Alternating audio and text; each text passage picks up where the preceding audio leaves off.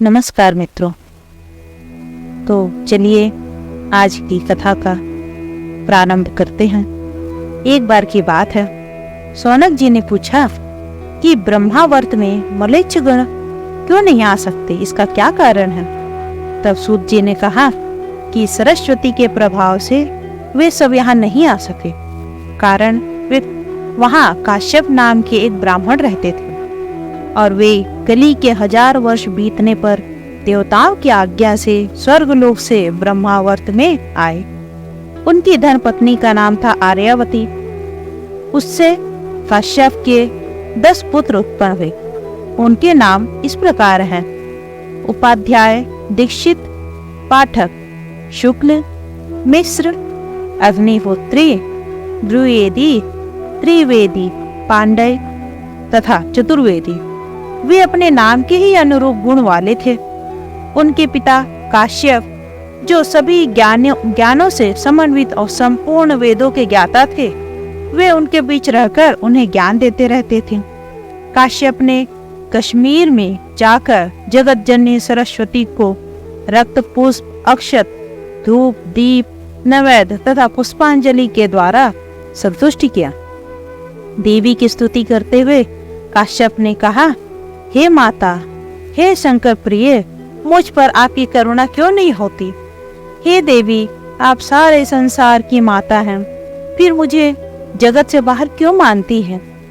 देवी देवताओं के लिए धर्मद्रोहियों को आप क्यों नहीं मारती। मलेच्छों को मोहित कीजिए और उत्तम संस्कृत भाषा का विस्तार कीजिए। हे अम्बे, आप अनेक रूपों को धारण करने वाली हैं। हुंकार स्वरूपा है, आपने धूम्रलोचन को मारा है। दुर्गा रूप में आपने भयंकर दैत्यों को मारकर जगत में सुख प्रदान किया है।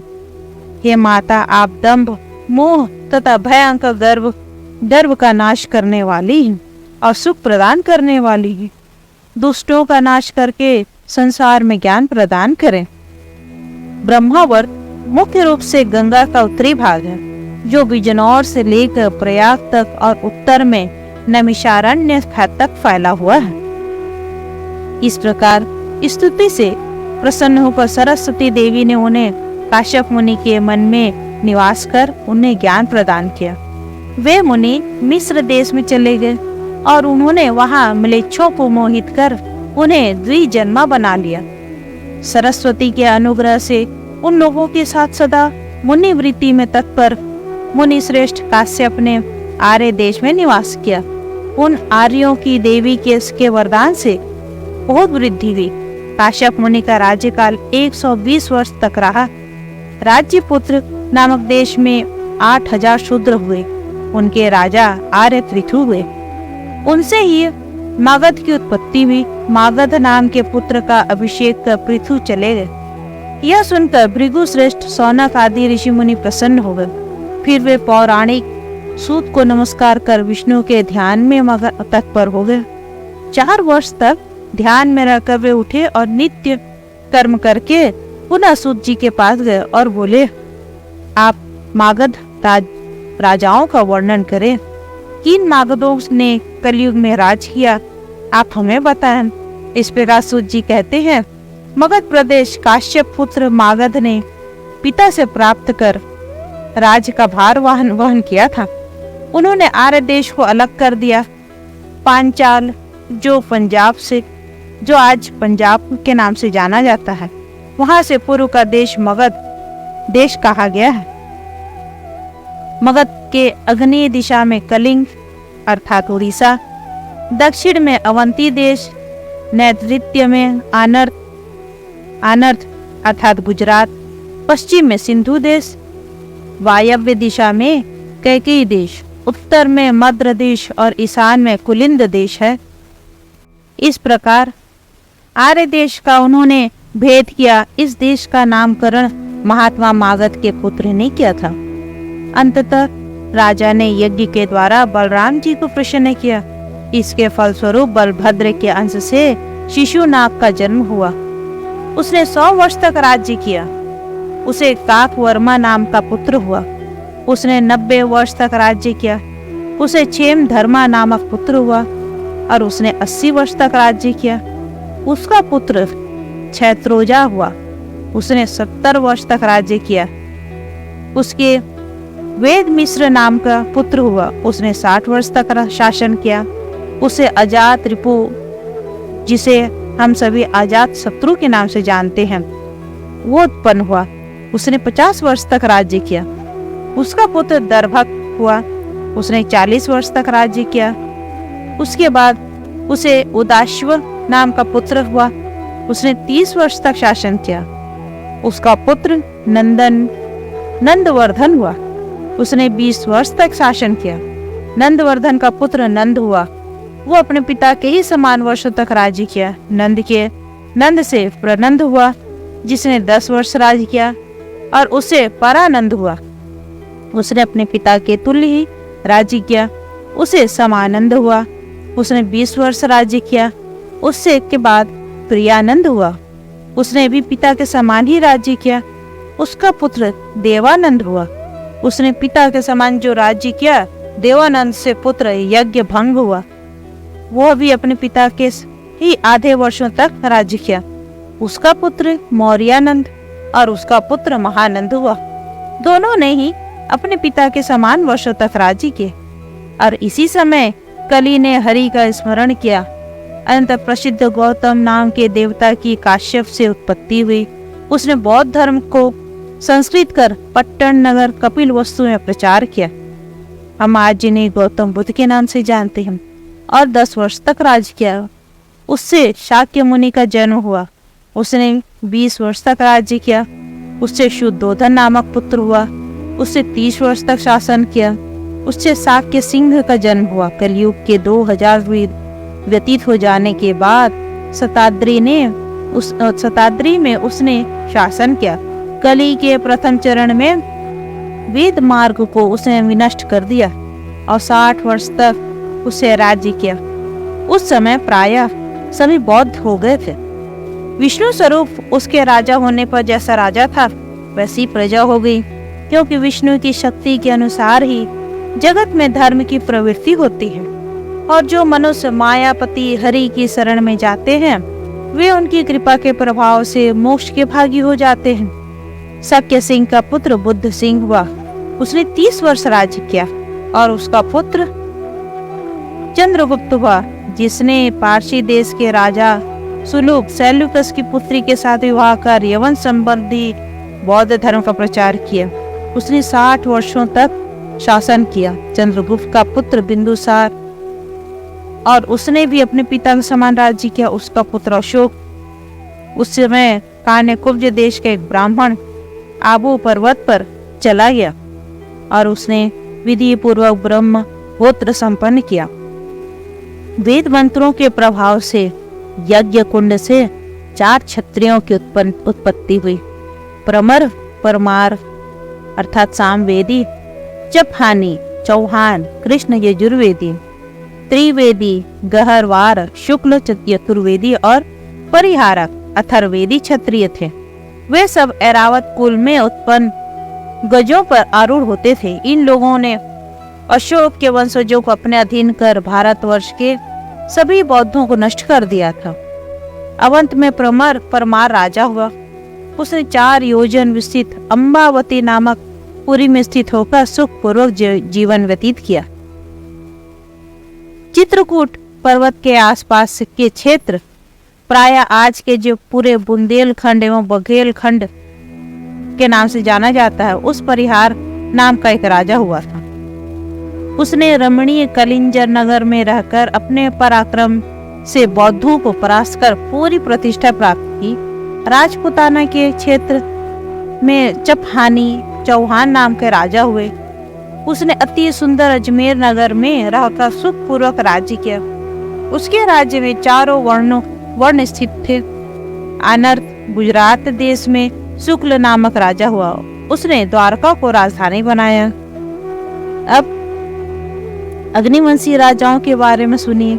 इस समय योग निद्रा के वश में होने के कारण सूत जी थोड़ा विश्राम किए, और उसके बाद फिर सूत जी ने ध्यान से उठकर बताने लगे कि कलयुग के 3710 वर्ष व्यतीत होने पर प्रमर नाम के राजा ने राज करना प्रारंभ किया।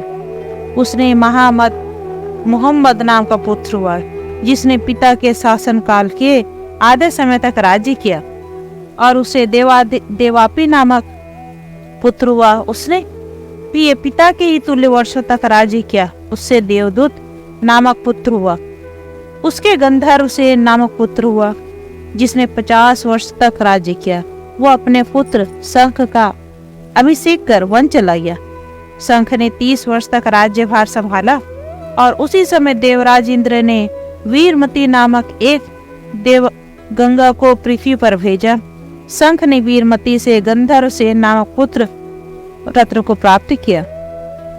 पुत्र के जन्म के समय आकाश में पुष्प वृष्टि हुई, और देवताओं ने दुदुम्बी बजाई। सुखप्रद शीतल मंद वायु बहने लगी। इसी समय अपने शिष्यों सहित शिव दृष्टि नाम के एक ब्राह्मण तपस्या के लिए वन में गए, और शिव की आराधना में वे शिव स्वरूप हो गए।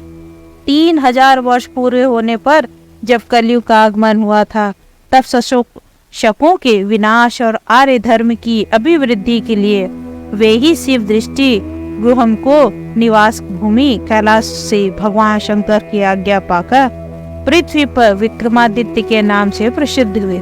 वे अपने माता पिता को आनंद देने वाले थे। वे बचपन से ही महान बुद्धिमान थे। बुद्धि विशारद विक्रमादित्य 5 वर्ष की बाल्यावस्था में तप करने के लिए वन चले गए। 12 वर्षों तक प्रयत्न पूर्वक तपस्या कर वे ऐश्वर्य संपन्न हो गए। उन्होंने अम्बावती नामक दिव्य नगरी में आकर 32 मूर्तियों से समन्वित भगवान शिव द्वारा अभिरक्षित रमणीय और दिव्य सिंहासन को सुशोभित किया। भगवती पार्वती के द्वारा प्रेषित एक वैताल उनकी रक्षा में सदा तत्पर रहता था। उस वीर राजा ने महाकालेश्वर में जाकर देवाधिदेव महादेव की पूजा की और अनेक व्यूहों से परिपूर्ण धर्म सभा का निर्माण किया, जिससे विविध मणियों से विभूषित अनेक धातुओं के स्तंभ थे। सौनक जी उनके अनेक लताओं से पूर्ण पुष्पान्वित स्थान पर अपने दिव्य सिंहासन को स्थापित किए। उसने वेद वेदांगन में पारंगत मुख्य ब्राह्मणों को बुलाकर विधिवत उनकी पूजा करके उनके अनेक धर्म गाथाएं सुनी। इसी समय वैताल नाम का देवता ब्राह्मण का रूप धारण करके आया और आपकी जय हो, आपकी जय हो इस प्रकार कहता हुआ वहां आया और उनका अभिवादन कर आसन पर बैठ गया। उस वैताल ने राजा से कहा, राजन, यदि आपको सुनने की इच्छा हो तो मैं आपको इतिहास से परिपूर्ण एक रोचन आख्यान सुनाता हूँ। भारतवर्ष में विक्रमादित्य अत्यंत प्रसिद्ध दानी, परोपकारी और सर्वांग सदाचारी राजा हुए। स्कंद आदि पुराणों, बृहद कथाओं, सिंहासन बत्तीसी, कथा सरिसागर, पुरुष परीक्षा आदि ग्रंथों में इनकी चर्चित और इनकी चरित्र की वर्णना की गई है। इतना ही नहीं, ये कैम्ब्रिज के इतिहास के दूसरे भाग में भी इनका चरित्र आया है। ये महाराज विक्रमादित्य उज्जैनी के राजा थे और कालिदास, अमर सिंह, वराह मिहिर, वैधराज, धन्वंतरी, घटक पर आदि नवरत्न इनकी ही राजसभा के दिव्य विभूतियां थी, जिनके आगे पीछे कोई उपमा नहीं है। राजा भोज से लेकर बादशाह अकबर तक सभी ने अपनी सभाओं को वैसे ही नवरत्नों से अलंकृत करने का प्रयास किया था। और यहाँ पर वेताल कथा बताते हैं, जो राजा रूपसेन तथा वीरवर की कथा है। यहाँ पर स्वामी एवं सेवक की परस्पर भक्ति का आदर्श बताया गया है। एक बार रुद्र किंकर वेताल ने सर्वप्रथम भगवान शंकर का ध्यान किया और फिर महाराज विक्रमादित्य से अपनी कहानी को प्रारंभ किया। वे कहते हैं, प्राचीन काल में सर्व समृद्धि पूर्ण वर्धमान नामक नगर में रूपसेन नाम का एक धर्मात्मा राजा रहता था। उसकी पतिव्रता रानी का नाम विद्वन्माला था। एक दिन राजा के दरबार में वीरवर नाम का एक क्षत्रिय गुणी व्यक्ति अपनी पत्नी, कन्या एवं पुत्र के साथ वृत्ति के लिए उपस्थित हुआ। राजा ने उसकी विनय पूर्वक बातों को सुनकर प्रतिदिन 1 सहस्त्र स्वर्ण मुद्रा वेतन निर्धारित कर महल के सिंह द्वार पर रक्षक के रूप में उसकी नियुक्ति कर दी गई। कुछ दिन के बाद राजा ने अपने गुप्तचरों से जब उसकी आर्थिक स्थिति का पता लगाया तो ज्ञात हुआ कि वह अपना अधिकांश द्रव्य यज्ञ, तीर्थ, शिव तथा विष्णु के मंदिरों में, आराधना आदि कार्यों में तथा साधु, ब्राह्मण एवं अनाथों में वितरित कर एकदम ही अल्प शेष से अपने परिजनों का पालन करता था। इससे प्रसन्न होकर राजा ने उसकी स्थायी नियुक्ति कर दी। अब एक दिन की बात है कि जब आधी रात में मूसलाधार वृष्टि हो रही थी, बादल गरज रहे थे, बिजली चमक रही थी एवं झंझावात से रात्रि की विभीषिका का सीमा पार कर रही थी, उसी समय शमशान से किसी नारी की करुण क्रंदन ध्वनि राजा के कानों में पड़ी। राजा ने सिंह द्वार पर उपस्थित वीरवर से इस रुदन ध्वनि का पता लगाने के लिए कहा। जब वीरवर तलवार लेकर चला तब राजा भी उसके भय की आशंका तथा उसके सहयोग के लिए एक तलवार लेकर गुप्त रूप से स्वयं उसके पीछे पीछे चले गए। वीरवर ने शमशान में पहुंचकर एक स्त्री को वहां रोते हुए देखा और उससे इसका कारण पूछा। तब उसने कहा, मैं इस राज्य की लक्ष्मी हूँ, राष्ट्रीय लक्ष्मी हूँ। इसी मास के अंत में राजा रूपसेन की मृत्यु हो जाएगी। राजा की मृत्यु हो जाने पर मैं अनाथ होकर कहाँ जाऊंगी, इसी चिंता से मैं रो रही हूँ। स्वामी भक्त वीरवर ने राजा की दीर्घायु होने का उससे उपाय पूछा। इस पर वह देवी बोली, यदि तुम अपने पुत्र की बलि चंडिका देवी के सामने कर सको तो राजा की आयु की रक्षा हो सकती है। फिर क्या था, वीरवर उल्टे पांव घर लौट आया और अपनी पत्नी, पुत्र तथा लड़की को जगाकर उनकी सहमति लेकर उनके साथ चंडिका के मंदिर में जा पहुंचा। राजा भी गुप्त रूप से उसके पीछे पीछे सर्वत्र चलते जा रहे थे। वीरवर ने देवी की प्रार्थना कर अपने स्वामी की आयु को बढ़ाने के लिए अपने पुत्र की बलि चढ़ा दी। भाई का सिर कटा देख दुख से उसकी बहन का हृदय विदीर्ण हो गया और वो वहीं मर गई और इसी शोक में उनकी माता भी चल बसी। वीरवर इन तीनों का दाह संस्कार कर स्वयं भी राजा की आयु की वृद्धि के लिए बलि चढ़ गया। अब यह सब राजा छिप कर देख रहा था। उसने देवी से प्रार्थना कर अपने जीवन को व्यर्थ बताते हुए अपना सिर काटने के लिए ज्यों ही तलवार खींची त्यों ही देवी प्रकट होकर उसके हाथ पकड़ लिए और कहा, राजन, मैं तुम पर बहुत प्रसन्न हूँ। तुम्हारी आयु तो सुरक्षित हो ही गई है, अब तुम अपनी इच्छा अनुसार वर मांग लो। राजा ने देवी से परिजनों सहित वीरवर को जिंदा होने की प्रार्थना की। देवी ने तथास्तु कहकर देवी अंतर्ध्यान हुई। राजा प्रसन्न होकर चुपके से वहां से चलकर अपने महल में आकर लेट गए। इधर वीरवर चकित होता हुआ उठा और देखा देवी की कृपा मानता हुआ अपने पुनर्जीवित परिवार को घर पर छोड़कर राजप्रसाद के सिंह द्वार पर आकर खड़ा हो गया। उसके बाद राजा ने वीरवर को बुलाकर रात में रोने वाली नारी के रुदन का कारण पूछा तो वीरवर ने कहा, राजन, वह कोई चुड़ैल थी, मुझे देखते ही वह अदृश्य हो गई, चिंता की कोई बात नहीं है। वीरवर की स्वामी भक्ति और धीरता को देखकर राजा रूपसेन अत्यंत प्रसन्न हुए और उसने अपनी कन्या का विवाह वीरवर के पुत्र से कर दिया तथा उसे अपना मित्र बना लिया। इतना कथा का वेताल शांत हो गया। वेताल ने राजा विक्रम से पूछा कि राजन, इस कथा में परस्पर सब ने एक दूसरे के लिए स्नेहवश अपने प्राणों का त्याग किया था, पर सबसे अधिक स्नेह और त्याग किसका था, यह बताओ। तब राजा विक्रमादित्य ने कहा, यद्यपि सभी ने अपने अपने कर्तव्य का अद्भुत आदर्श उपस्थित किया, फिर भी राजा का स्नेह ही सबसे अधिक मान्य प्रतीत होता है, क्योंकि वीरवर राजसेवक था। उसे अपनी सेवा के प्रतिफल में स्वर्ण मुद्राएं मिलती थी, अतः उसने स्वर्ण प्राप्ति की दृष्टि से अपना प्राण त्याग दिया। वीरवर की पत्नी पतिव्रता थी, धर्म स्नेही थी, इसलिए उसने अपने प्राणों का उत्सर्ग कर दिया। बहन ने अपने भाई से प्रेम था, पुत्र का अपने पिता से स्नेह था, यह तो स्वभावश होता ही है, किंतु राजा रूपसेन ने महान स्नेह का आदर्श उपस्थित किया, जो कि वे एक सामान्य सेवक के लिए भी अपने प्राणों का त्याग करने के लिए उद्यत हो उठे गए थे। अतः उन्हीं का स्नेहमय त्याग महान त्याग है। इस प्रकार राजा ने वेताल से कहा कि तुम धन्य हो। अब एक और कथा सामने लेकर आई वेताल ने, जिसमें ब्राह्मण पुत्री महादेवी की कथा है। वेताल ने कहा, राजन, उज्जैनी नाम की नगरी में चंद्रवंश में उत्पन्न महाबल नाम से विख्यात अत्यंत बुद्धिमान एवं वेदों का शास्त्रों का ज्ञाता एक राजा निवास करता था। उसका स्वामी भक्त हरिदास नाम का एक दूत था।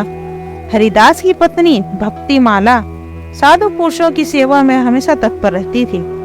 भक्तिमाला को सभी विद्याओं में पारंगत कमल के समान नेत्र वाली अत्यंत रूपवती एक कन्या उत्पन्न हुई। उसका नाम था महादेवी। एक दिन महादेवी ने अपने पिता हरिदास से कहा, हे तात, आप मुझे ऐसे योग्य पुरुष को दीजिए जो गुणों में मुझसे भी अधिक हो, अन्य किसी को नहीं। अपनी पुत्री की बात सुनकर हरिदास बड़ा प्रसन्न हुआ और ऐसा ही होगा कहा। यह कहकर हरिदास राजसभा में आया और उसने राजा का अभिनंदन किया।